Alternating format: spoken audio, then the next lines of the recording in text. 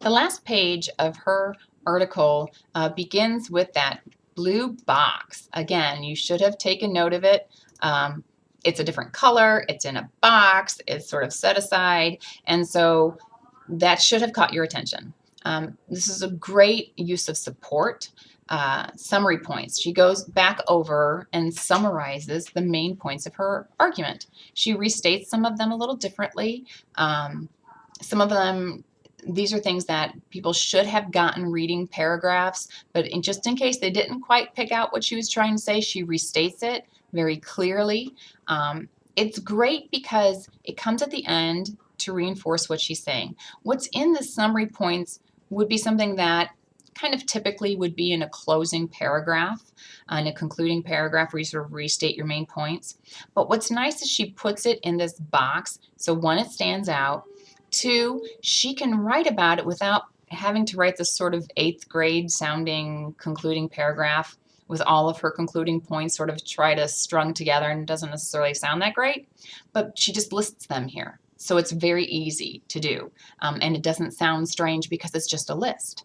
And then it saves her concluding paragraph to give us this wonderful use of pathos right at the end, to kind of hit us hard one more time before the article's done.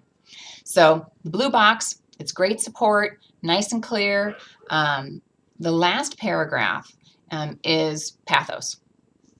In her last paragraph, she is continually going back to that, providing equity for the poor, providing equal access to these transplants.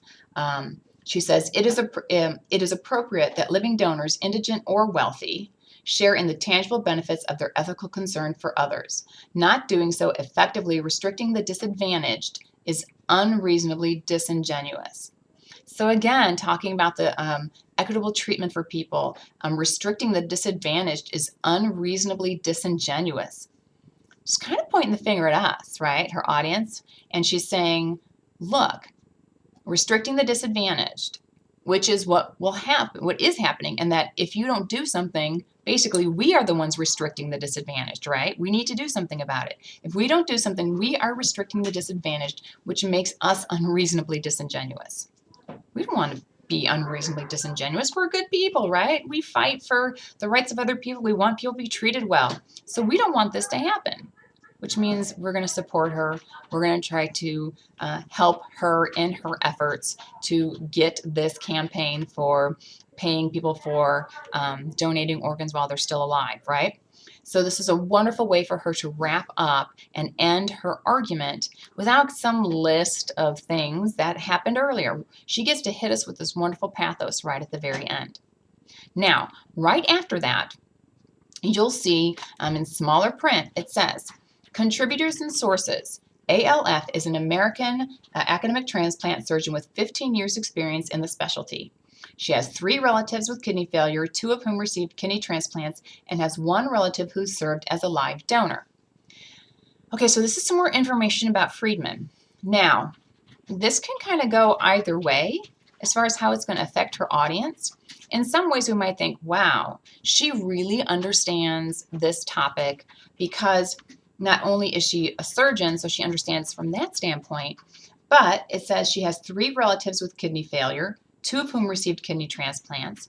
So she has seen it from that family perspective, from the recipient side, and it says 1 relative who served as a live donor. So she's also seen it from the donor side in a personal way.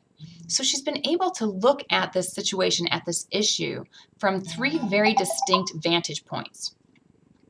So in some ways that might boost her ethos, right? We might trust her more. However, some people might say, well, maybe she's too close to the subject matter. Maybe this is too personal, and that might make people a little leery of what it is she's saying. Now, because this comes at the end of her argument instead of at the beginning of her argument, I personally don't think it really hurts her. I think it might actually help her, knowing that she's looked at it from all these different perspectives. I think when we get through all of her argument, it's so strong, except for that one little stumbling spot. It's so strong that this does not really detract from that.